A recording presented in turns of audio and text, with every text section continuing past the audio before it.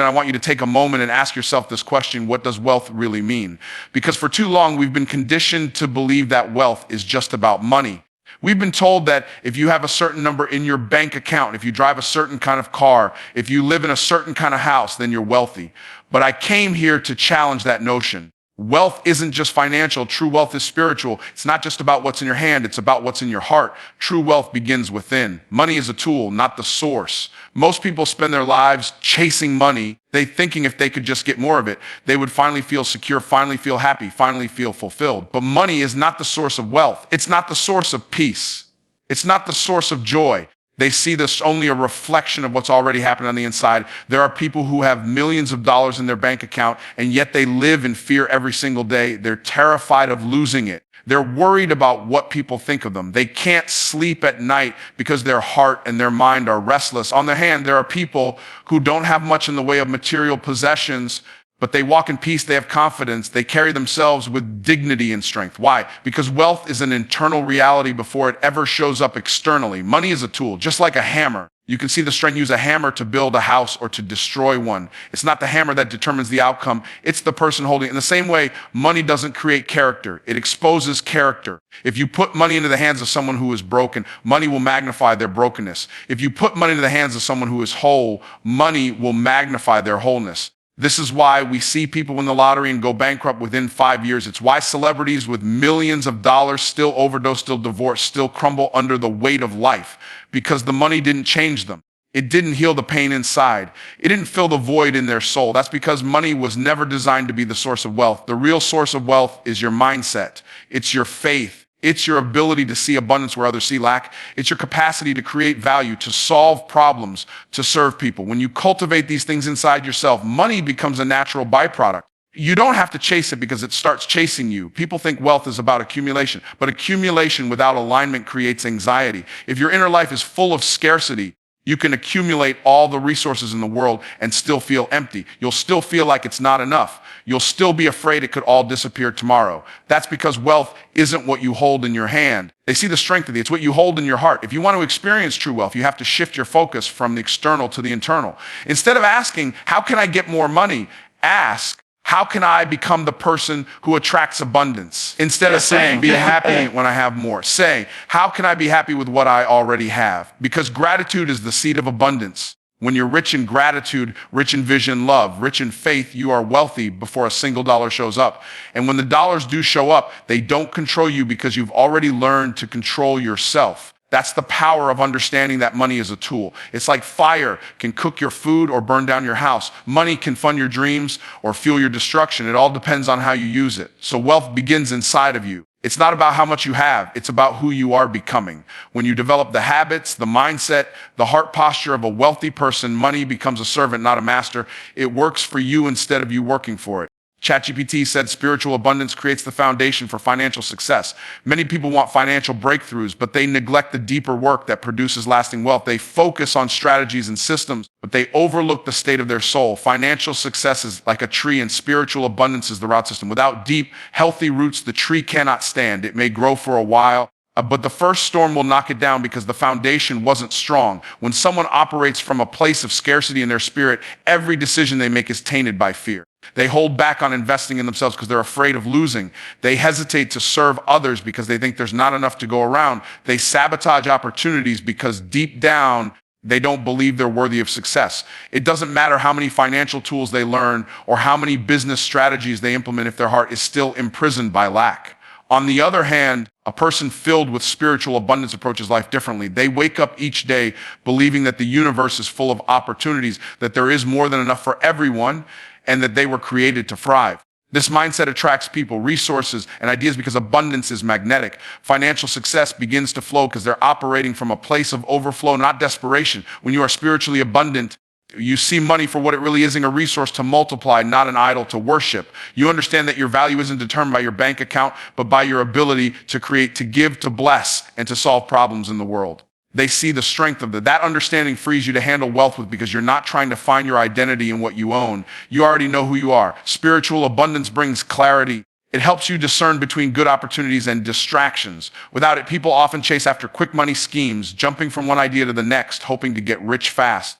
They don't realize that financial success built on a weak foundation collapses under pressure. But with spiritual abundance, you have patience and vision. You're not driven by urgency or fear. You're guided by purpose. Consider how many people gained wealth but lost peace. They gained riches but lost relationships. They gained status but lost themselves. That's the danger of building finances without building your spirit first. True success is not just having more, it's becoming more. A spiritually abundant person knows how to multiply money, but they also know how to multiply love, peace, and joy in their life and in the lives of others.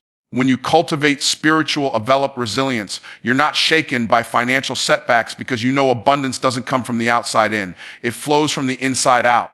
You can lose money and get it back. We built your mindset and the spiritual strength to create again and again. That's why some people can lose everything and rebuild even stronger. Their wealth wasn't rooted in their assets. It was rooted in their awareness of their God-given ability to create value. This is the key difference between those who thrive and those who barely survive. Financial success built on spiritual poverty is fragile, but financial success built on spiritual abundance is sustainable and life-giving. Money without purpose leads to bondage, not freedom. Many people believe that if they just had more money, they would finally be free. They imagine a life where they can buy anything they want, travel anywhere they desire, and never have to answer to anyone. But what they don't realize is that money by itself has no power to set you free. In fact, money without purpose can become the very chain that enslaves you. There are countless stories of people who chased money their whole lives, thinking it would buy them peace. They worked tirelessly, sacrificing their health, their relationships, and even their integrity to accumulate wealth. But once they achieved it, they found themselves more trapped than ever. The money didn't bring peace, it brought pressure. The cars, the houses, the lifestyle, all of it required maintenance, all of it demanded attention. Instead of freedom, they experienced fear. Fear of losing what they had worked for. Fear of people trying to take advantage of them. Fear that it still wasn't enough. Money is not freedom. Purpose is freedom. When money is connected to purpose, it becomes a tool to serve your vision, a vehicle to fulfill your mission, a resource to bless others. But when money exists without purpose, it takes over. It begins to dictate your decisions. It determines how you spend your time. It consumes your energy. Instead of you controlling money, money starts to control you. Purpose gives money direction. Without purpose, money drifts. It gets wasted on things that don't matter, on pleasures that don't last, on distractions that leave you feeling empty. But when you have a clear purpose, every dollar becomes a seed. You plant it intentionally and you watch it grow into something that matters. You're not just spending, you're building. You're not just consuming, you're creating. A person with purpose understands that wealth is not just for them. It's a responsibility. It's an assignment. They don't hoard money out of fear. They don't flaunt it out of pride. They use it strategically, knowing that they are stewards, not owners. This mindset protects them from the traps that come with wealth, greed, arrogance, obsession. Without purpose, money amplifies whatever is already inside you. If you are insecure, money will magnify that insecurity. You'll buy things to impress people, hoping to prove your worth. If you are fearful, money will magnify that fear. You'll hold on so tightly that you become a prisoner to your own possessions. If you are aimless, money will magnify that aimlessness. You'll spend it recklessly, chasing fleeting pleasures and wondering why you still feel so unfulfilled. Purpose aligns your inner world with your outer world. It creates harmony between your values and your actions. It allows you to use money to create impact instead of simply increasing income. It helps you see money for what it really is, not a destination, but a tool for the journey. When you have purpose, financial decisions become easier. You're not swayed by every opportunity that promises quick returns. You're not tempted by every shiny object that comes your way. You know what you're building and you know what it will take to get there. Purpose brings focus, and focus protects you from financial bondage. Inner wealth, facedom vision determines outer wealth. Many people spend their lives focusing on external things, how much money they can earn, what investments they can make, how they can increase their income streams. But the truth is, outer wealth is only a reflection of what's already happening inside. It's not the size of your bank account that determines your future. It's the size of your faith, the depth of your wisdom, and the clarity of your vision. Faith is the foundation. Without faith, you won't even take the first step toward creating wealth. Faith is what allows you to see opportunities where others see obstacles. It gives you the courage to try. They see the strength of to risk, to create. People who lack faith operate in fear. They hold back. They shrink their dreams to match their current circumstances. They're waiting for proof before they believe. But those who understand that faith comes first begin to live differently. They know you don't wait for the evidence to appear. You move forward because you believe it already exists. Faith creates the energy that draws resources, people, and ideas into your life. Wisdom is the guide. You can have faith and take action, but without wisdom, your efforts will lack direction. Wisdom is what helps you make decisions that align with your values and your vision. It protects you from making impulsive moves. It keeps you steady when emotions run high. There are people who gain money quickly, but lose it as fast because they lack the wisdom to manage and multiply it. Wisdom teaches you when to say yes, when to say no, and when to wait. It teaches you how to build something that lasts instead of chasing temporary rewards. Vision is the map. You can have faith and wisdom. It's the strength of but if you don't know where you'll drift. Vision gives you clarity about what you want to create and why it matters. It helps you see beyond the present moment. Vision allows you to make sacrifices today because you're focused on the future. Without vision, people perish, not because they lack resources, but because they lack direction. Money without vision will be squandered. Opportunities without vision will be missed. But when you have a clear vision, every resource that comes into your hand has a purpose. Every opportunity can be evaluated through the lens of where you're going. Inner wealth shapes how you think, act, and how you respond to challenges. It allows you to remain steady even when external circumstances fluctuate. Markets can rise and fall. Economies can shift. But a person rich in faith, wisdom, and vision is not easily shaken. They know how to adapt. They know how to create value no matter what's happening around them. Outer wealth is a byproduct of inner wealth. If you cultivate faith, wisdom, and vision, you won't have to chase money. Money will flow toward you. People will trust you with greater responsibility because they see your integrity and your clarity. You'll become a magnet for opportunities because others can sense your inner strength and confidence. Inner wealth also protects you from the dangers of outer wealth. There are countless stories of people who gained financial success but lacked the inner capacity to handle it. Their relationships fell apart, their health deteriorated, their peace of mind disappeared. That's because they built wealth on the outside while remaining impoverished on the inside. Faith gives you grounding, wisdom gives you balance, vision gives you purpose. Together, they create the kind of wealth that can't be shaken by circumstances. Gratitude and generosity attract lasting prosperity. Many people think that wealth is created by hoarding, saving, and holding on tightly to everything they get. They live with a clenched fist, afraid that if they let anything go, they might never get it back. But wealth does not flow to closed hands. It flows through open hands.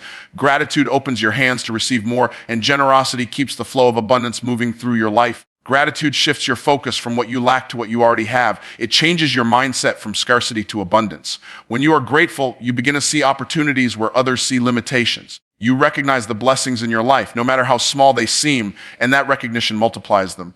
A grateful person walks in peace because they are not obsessed with chasing what's next. They know they are already rich in ways that money can't measure. That inner richness is magnetic. It draws people resources and favor because others are naturally attracted to those who radiate contentment and joy. Generosity takes gratitude to another level. It is gratitude in action. When you give freely, your time, your energy, your resources, you're sending a signal that you trust there's more where that came from. You're demonstrating that you are not controlled by money, you're in control of it. Generosity is not about the size of the gift, it's about the posture of the heart. A person with little can be more generous than a person with millions if their giving comes from a place of faith and abundance. Many people believe they will give when they have more. They say, I'll start being generous when I get rich, but they have it backward. It's not wealth that produces generosity, it's generosity that produces wealth. If you can't give out a little, you won't give out of much. Money doesn't change your character, it amplifies it. That's why cultivating generosity now, at whatever level you're at, is critical. It's a principle that sets you up to handle greater levels of abundance in the future. When you combine gratitude and generosity, you create a flow in your life. You receive with open hands and you give with open hands. That flow prevents stagnation. Money that is hoarded becomes like water in a pond with no outlet. It grows stagnant, it breeds fear, and it loses its life-giving quality. But money that is allowed to flow becomes like a river. It refreshes you and refreshes others. It creates life everywhere it goes. Gratitude and generosity also rewire your relationship with money. They break the grip of greed and fear. When you're grateful, you stop comparing yourself to others. You stop measuring your worth by how much you have. When you're generous, you stop living as though there's never enough. You begin to see yourself as a channel of blessing, not just a container. The more you give, the more capacity you develop to receive. Prosperity that is built on gratitude and generosity is lasting because it is not tied to external circumstances. Markets may crash, businesses may fail, but a grateful and generous heart will always find a way to create again. That kind of prosperity goes beyond finances. It touches every area of your life: relationships, health, purpose, and peace of mind. Stewardship, not ownership, unlocks legacy and impact. Many people think wealth is about how much they can own, how much they can accumulate, and how much they can call theirs. They believe that holding tighter to their possession will secure their future and protect their influence. But the mindset of ownership leads to limitation because it puts the focus on control. Stewardship, on the other hand, is a posture of trust and responsibility. It recognizes that everything you have, your time, your talents, your resources, is entrusted to you for a purpose beyond yourself. Stewardship changes the way you handle money. Instead of asking, what can I get out of this? You begin asking, what have I been given and how can I multiply it? An owner sees wealth as something to consume. A steward sees wealth as something to cultivate. A steward understands that resources are tools for building something bigger than personal comfort. That mindset shifts you from short-term thinking to long-term vision. When you operate as a steward, you see money as a seed, not just a harvest. Owners often spend everything they have on their own desires because they see their wealth as the end goal. Stewards plant, nurture, and grow their resources because they understand their wealth is meant to produce fruit for generations. This is how legacy is created, not by holding on tightly, but by investing wisely in things that outlast you. Stewardship also creates impact because it's your attention outward. Ownership says, this is mine. Stewardship says, this is in my care for a reason. It compels you to think about how your decisions affect others, how your influence shapes the lives of those around you, and how your wealth can be a blessing far beyond your lifetime. Stewards ask bigger questions. Instead of only wondering how much they can earn, they ask what kind of difference they are called to make. A person with an ownership mind often lives with stress and fear. They fear losing what they have. They fear competition. They fear that there won't be enough. That fear leads to hoarding, to greed, and to decisions that harm relationships and erode trust. But a person with a stewardship mindset lives in freedom. They understand that they are not the ultimate source of their wealth. They are caretakers of resources that flow them and through them for a higher purpose. Stewardship requires wisdom and discipline because it is not about passively holding what you have. It's about actively managing, growing, and using your resources with intentionality. It requires humility to acknowledge that you are not the ultimate owner and faith to trust that as you use what you have wisely, more will be entrusted to you. They see as the principle that governs every form of lasting wealth. People who embrace stewardship often create businesses, foundations, and systems that continue impacting lives long after they are gone. They understand that their name on a title deed or a bank account means nothing if their wealth dies with them. Legacy is not built by holding on. It's built by releasing, teaching, and empowering others to carry the vision forward. Stewardship sees wealth as a responsibility to equip the next generation, to create opportunities, and to leave the world better than you found it.